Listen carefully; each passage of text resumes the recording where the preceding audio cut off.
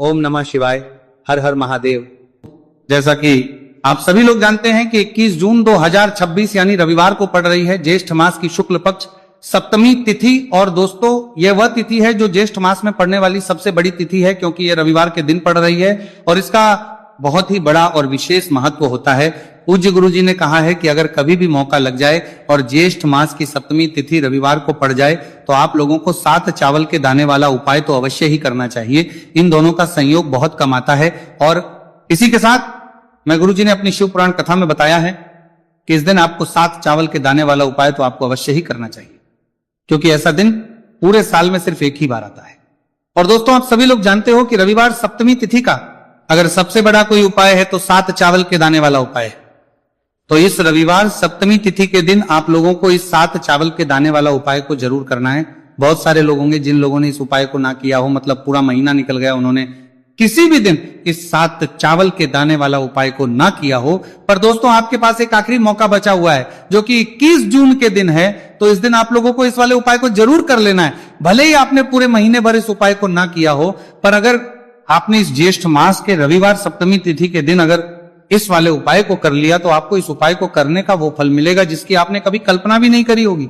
इसीलिए आप लोग इस वाले उपाय को एक बार जरूर कर लेना है, ताकि आप लोगों के हाथ से ये मौका ना जा सके और आपको इस उपाय को करने का फल मिल सके। दोस्तों यह उपाय पंडित जी ने अपनी अभी की ही श्री शिव महापुराण की कथा में बताया है, जिस उपाय को आज हम आपको बहुत अच्छे से समझाने वाले हैं। इस वीडियो को देखने के बाद इस उपाय को के लिए आपको कोई और वीडियो को देखने की जरूरत नहीं पड़ेगी।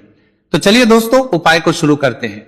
देखिए ये ज्येष्ठ मास के रविवार सप्तमी तिथि के दिन ये इतना खास होता है, इतना महत्वपूर्ण होता है। देखा गया है कभी कभी बड़े बड़े पूजा पाठ अनुष्ठान से जो मनोकामना पूर्ण नहीं होते, वह ज्येष्ठ मास के रविवार सप्तमी तिथि के दिन एक छोटे से उपाय करने से ही आपकी मनोकामना हो जाती है। और बहुत सारे लोगों ने इस उपाय को किया भी है और उनको इस उपाय को करने का फल भी जरूर मिला है। अगर आप लोग भी इस उपाय को करना चाहते हैं तो आप इस उपाय को पहले अच्छे से समझ लेना, सुन लेना, उसके बाद करना। आपको इस उपाय का फल जरूर मिलेगा। और इस उपाय को कर लेने से आपके घर में चाहे किसी भी प्रकार की दुहक और समस्या क्यों ना चल रही हो, आपको उसका कारण भी नहीं पता है कि भाई यह समस्या किस कारण से चल रही है। कुछ भी कारण हो सकता है, जैसे पितृदोष हो सकता है या किसी भी तरह का मंगल दोष भी हो सकता है। तो इस दिन आप लोगों को यह वाला उपाय कर लेना है। यह एक ऐसा उपाय है जिस उपाय को अगर किसी विशेष दिन पर किया जाए तो भाई उस विशेष दिन का जो है वो तो हमें मिलता ही मिलता है।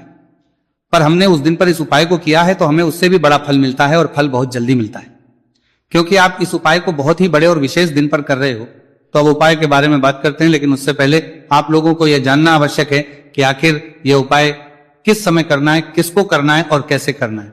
तो चलिए हम आगे आपको वीडियो में एक एक करके बता देते हैं। लेकिन उससे पहले अगर आप लोग हमारे चैनल पर पहली बार आए हैं या फिर मेरी आवाज आज पहली बार सुन रहे हैं तो हमारे चैनल सब्सक्राइब जरूर कर लेना, और इस वीडियो को लाइक करके कमेंट बॉक्स में श्री शिवाय नमस्तुभयम ओम नमः शिवाय जरूर टाइप कर दें। तो दोस्तों इस 7 चावल के दाने वाला उपाय को हमें इस रविवार सप्तमी तिथि के दिन कैसे करना है, किसको करना है, किस समय करना है और कहां पर करना है, ये सारे सवालों के जवाब आपको इस वीडियो में मिल जाएंगे।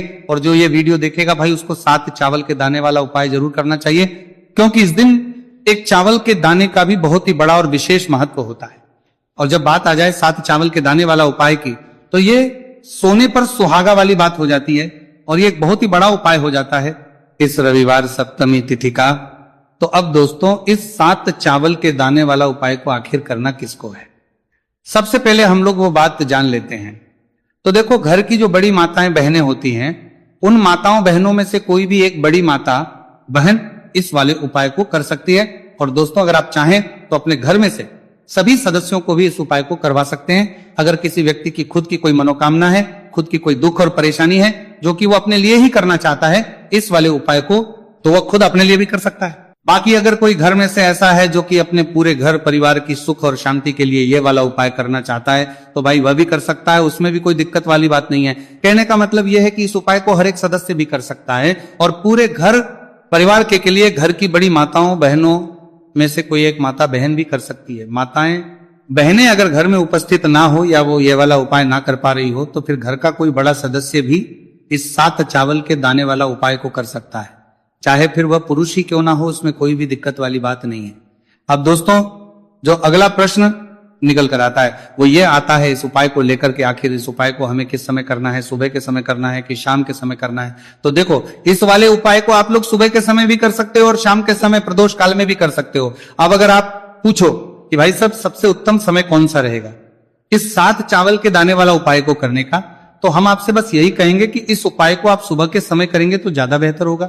बाकी अगर प्रदोष काल शाम के समय भी करेंगे तो भी अच्छा होगा, उसमें कोई भी दिक्कत बात नहीं है। तो अब दोस्तों, जो अगली सबसे बड़ी और महत्वपूर्ण बात आती है वह यह आती है कि सुबह अगर हम उपाय को करेंगे तो हमें कितने बजे से लेकर कितने बजे तक के बीच में करना है, और शाम के समय प्रदोष काल में करेंगे तो हमें कितने बजे से लेकर कितने बजे के बीच में करना है। तो देखो, सुबह जितनी जल्दी हो सके आप उपाय को करने की कोशिश करना। बाकी अगर किसी कारणवश लेट भी हो जाओ, थोड़ी देर भी हो जाए, तो 10 या 11 बजे तक भी आप उपाय कर लेना, पर 12 बजे से ज्यादा देरी ना हो, ठीक है, इस बात का ध्यान रखना। उसके बाद में दोस्तों, अगर शाम के समय प्रदोष काल की बात करें, प्रदोष काल का जो समय है होता है वो शाम के 6 बजे से शुरू हो जाता है। मतलब शाम के 6 बजे से लेकर 7 बजे के बीच का जो समय होता है यह समय प्रदोष काल का समय होता है। तो आप इस उपाय को 7 या 8 बजे के बीच में भी कर सकते हो। मतलब शाम के 6 बजे से रात 8 बजे के बीच में आप कभी भी इस वाले उपाय को कर सकते हो, उसमें कोई भी दिक्कत वाली बात नहीं है।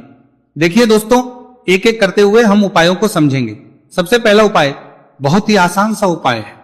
देखो, यदि आपको ऐसा लगता है कि बाबा आपकी सुन ही नहीं रहे हैं, बाबा आपकी मनोकामना परिपूर्ण कर ही नहीं रहे हैं, आपने कई उपाय कर लिए, आपने इच्छाएं महादेव के सामने रख दी, लेकिन आपकी मनोरथ जो है वह परिपूर्ण हो ही नहीं रही है, और आप चाहते हैं कि वो मनोरथ जो आप कई दिनों से बाबा से मांग रहे हैं वह परिपूर्ण हो जाए, तो आपके जीवन के दुख तकलीफ है ये सब दूर हो जाए। देखिए, हो सकता है आपके घर में कोई कोर्ट केस चल रहा है या आपके घर में बहुत ज्यादा लड़ाई झगड़े चलते हैं, तो आपके घर में अगर शांति नहीं है, आपके घर में धन की कमी है, धन की वजह से आपके घर में बहुत ज्यादा लड़ाई झगड़े चल रहे हैं, तो आपकी तकलीफ दूर होने वाली है। स्वयं नंदी जी वाला ये विशेष उपाय है। नंदी जी के कान में कुछ बोलना है, नंदी जी के कान में इस प्रकार से बोलना है और आपकी मनोकामना परिपूर्ण हो जाएगी। देखो क्या क्या चीजें को लेनी है, पहले यह समझ लीजिए। आपको लेना होगा एक बेलपत्र।